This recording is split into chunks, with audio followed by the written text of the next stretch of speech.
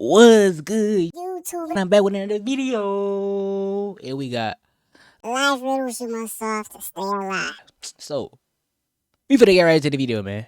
The world is unpredictable and you never know when your life might come under threat. It pays to be prepared, but not everyone possesses inbuilt survival instincts. Can you defeat these 10 riddles that you must solve to stay alive? Let's find out. Comment down below how many you got right, you feel me? Number 10. Head above water. Imagine you're trapped in a room and it's slowly filling with water. You've checked everywhere and there's no way to turn off the water or to make an escape, and you can feel the water level rising with every passing second. It's not only the coldness of the water making you squeal, but the knowledge that help is 5 minutes away and you only have 2 minutes or so until the entire room is flooded. There's no way you can hold your breath for 3 minutes. You do, however, have a straw, a rope, and a bucket, and one of them has the power to buy. Answer bucket. Answer is bucket. It's bucket. If I get this right, you gotta drop a like on this video, man. For real. How much would the better answer is bucket to watch? Time and save your life. Which item is it? Be quick, you only have 10 seconds to come up with a plan.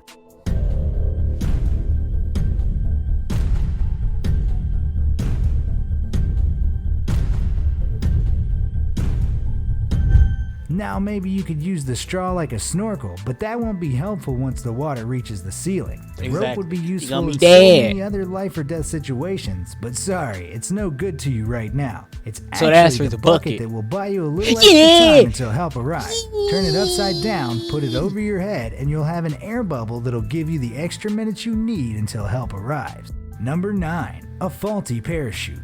Now you decide to do a group skydive to celebrate not drowning. Because why not? As you leap from the plane, you feel like you're truly flying and you're more alive than ever. Not for long though. Your bad luck continues and your parachute doesn't open. You're plummeting from the sky at an alarming rate. And as you spin out of control, you see the hard ground below rushing up at you. How are you going to get out of this predicament? Are you going to curl into a ball to protect your head and your internal organs from the impact? Will you put your faith in the reserve parachute? Or will you try and maneuver to another skydiver and cling on to them? Be You maneuver to another skydiver, bro, because most likely they parachute is gonna work. Simple. quick. You only have 10 seconds until it's too late to save yourself. Just cling on to another skydiver. He'll just hold you and then just pull his parachute. Simple. The answer to your problem is clear. The reserve parachute is the only thing guaranteed to save your life. Curling up into a ball might minimize damage, but it also might not. And as for clinging to another skydiver, you'll get them killed too.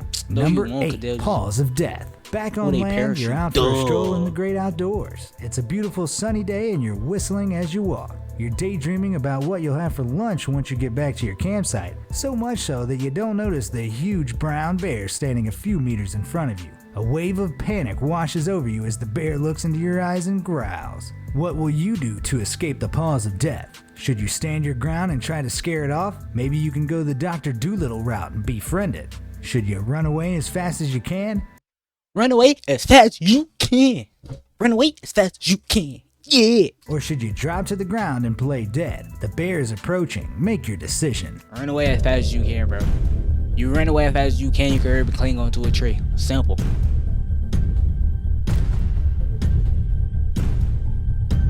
Standing your ground might work with a black bear, as they're much less territorial or aggressive, but a brown bear won't back down to a tiny human like you.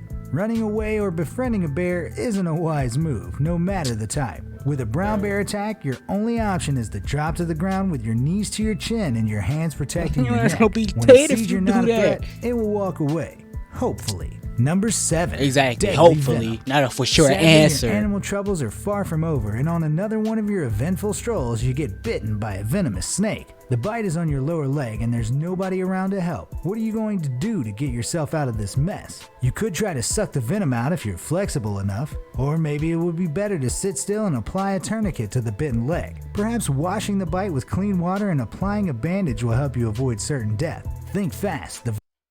This one right here. Use this one, right? You just put it on your leg so you can stop the venom from spreading. Simple. Watch how that be the kill answer. You if you don't find a way to stop it. Simple. It's the middle one. Because it's going to stop the venom from spreading throughout your body. The first option might be tempting if you've been practicing yoga and are super bendy, but do you really want venom in your mouth when it could seep into your bloodstream from tiny cuts in your gums? I don't think so. Washing your wound is no good either. It won't stop the venom that's already inside you. Your only option is to sit still and keep calm to stop your blood pumping and to apply a tourniquet to block the venom from getting into the rest of your body. Number 6. Professor Told you, Evil's bro. I'm puzzle. smart, bro. Animals aren't the only threat to your life, as you find out when you're captured I'm by like Professor 2 for 1 Evil. right now. 2 for 1. 2 for 1. Luckily, the professor's feeling generous and gives you one opportunity to get free. Don't mess it up. He gives you 3 doors to choose from. 2 lead to freedom, but the other leads to death, and you can only ask one yes or no question before making your choice. Professor Evil will answer the question honestly if you point to a freedom door, but might lie if you point to the death door. What's your question going to be? You better decide quickly. Professor Evil isn't known for his patience. Shit. Just ask him which one is the freedom door. He'll tell you.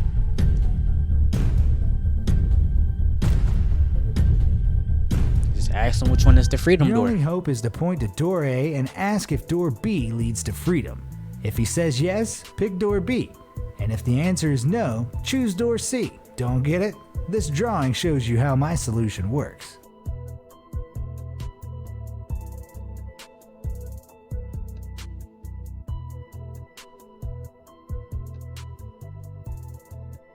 Number 5. Mother Nature's Revenge. Yes, you've got yourself into more trouble, but this time it's Mother Nature that's after you. You're taking a leisurely drive, presumably to avoid strolling after all your trouble with deadly animals, and you've stopped to, relieve yourself in a field by the side of the road. Just then, the weather turns dark and stormy and a tornado touches down scarily close to you. There's no shelter. How are you going to get out of this tangle? Maybe you could climb a tree and take shelter under the leafy branches? Should you find a ditch in the field and curl up in it? Or should you make a dash for your car and hope that you get to it before the tornado does? Hurry up, you've got 10 seconds. It's the middle one. Simple. Everybody knows it. It's literally the middle one. If you just think about it, it's the middle one. Seconds until it sweeps you up.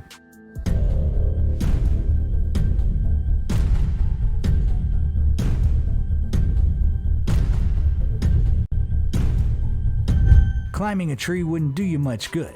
How are you planning to hang on if the tornado hits it? Running for your car is too risky, and even if you make it, the tornado could still catch you and pick you up, vehicle and all. Your best option is to get into the ditch and make yourself as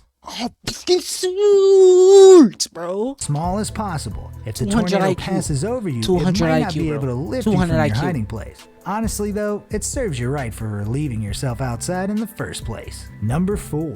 Tunnels of Terror. It's a quiet weekend, so you've decided to go exploring in a local cave. Someone with as much bad luck as you really shouldn't be doing that, but off you go anyway. Surprise, surprise, the worst thing imaginable happens. There's a landslide and your exit is blocked. You manage to find 4 alternative tunnels, but conveniently they all have signs telling you which dangers lurk inside them. You're going to have to choose from tunnels containing molten lava that will burn you alive, another huge landslide that will bury you, poisonous gas that kills all animals, or thousands of deadly spiders. Which route? Poisonous gas that kills all animals. Poisonous gas that kills all animals. If you don't pick that one, something wrong with you. Like, literally, something is wrong with you. Like, dead ass. What will you choose? Make your decision. The cave could collapse any second now.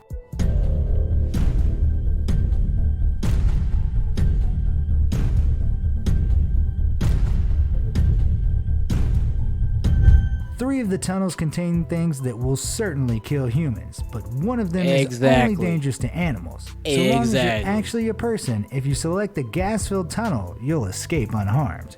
Number 3, I am smart, red bro. and blue pills. Y'all don't know this yet? Imagine this. You're blind, sick, and you have nobody around to help you. Poor you. To stay alive, you have to take 2 tablets every single day.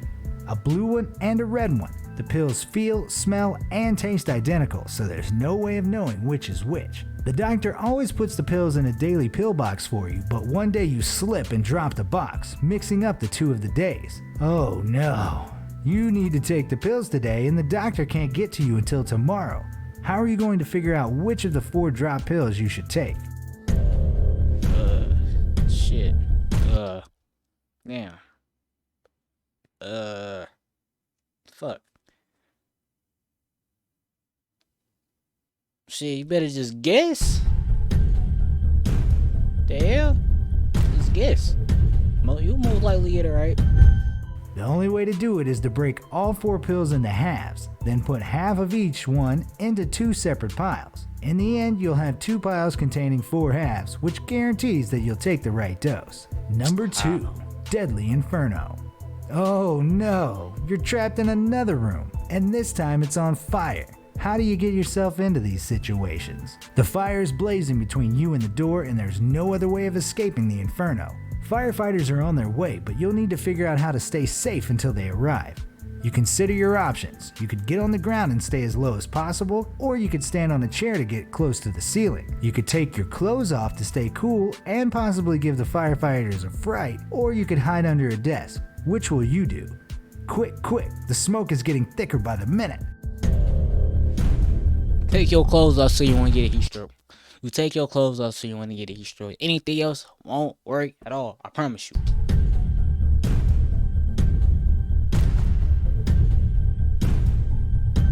Firstly, getting on top of a chair is a terrible idea. Smoke and heat both rise, so you wouldn't stand a chance up there. Taking your clothes off will expose your skin to the heat, which is not what you want for your delicate parts, and getting under a desk won't really help you much. Your only choice is to get as low to the floor as possible so you don't suffocate from the smoke and just wait until help comes. The fire is on the floor. Number 1. I'm confused. The fire is on the floor. Bro, what? 4 Rooms of Fear. Congratulations, you've made it to my final conundrum. You're condemned to death for crimes too terrible to speak of, and your cruel and unusual executioner gives you the choice between 4 tanks which you'll enter from the top, in which you'll meet your fate. The first room contains a vat full of acid as deep as your chest. The second is full of bloodthirsty murderers ready to kill. The third is blazing with raging fires, and the fourth contains a pool full of bloodthirsty sharks that haven't eaten in 6 months. Which horrifying pool of bloodthirsty sharks that hasn't eaten in 6 months? Most likely, they dead already.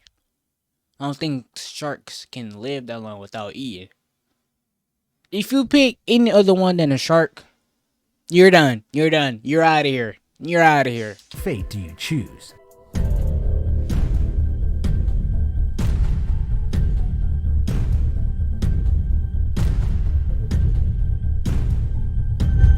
Every room sounds terrifying beyond belief, but if I was you, I'd go for the shark-infested waters. Exactly. After all, if the sharks haven't eaten for 6 months, they'd all be dead and no danger to you at all. Congratulations, you survived. Yeah! If you want a part 2, this is coming down below. And make sure you hit that like and subscribe button. I'll see you in the next video, man.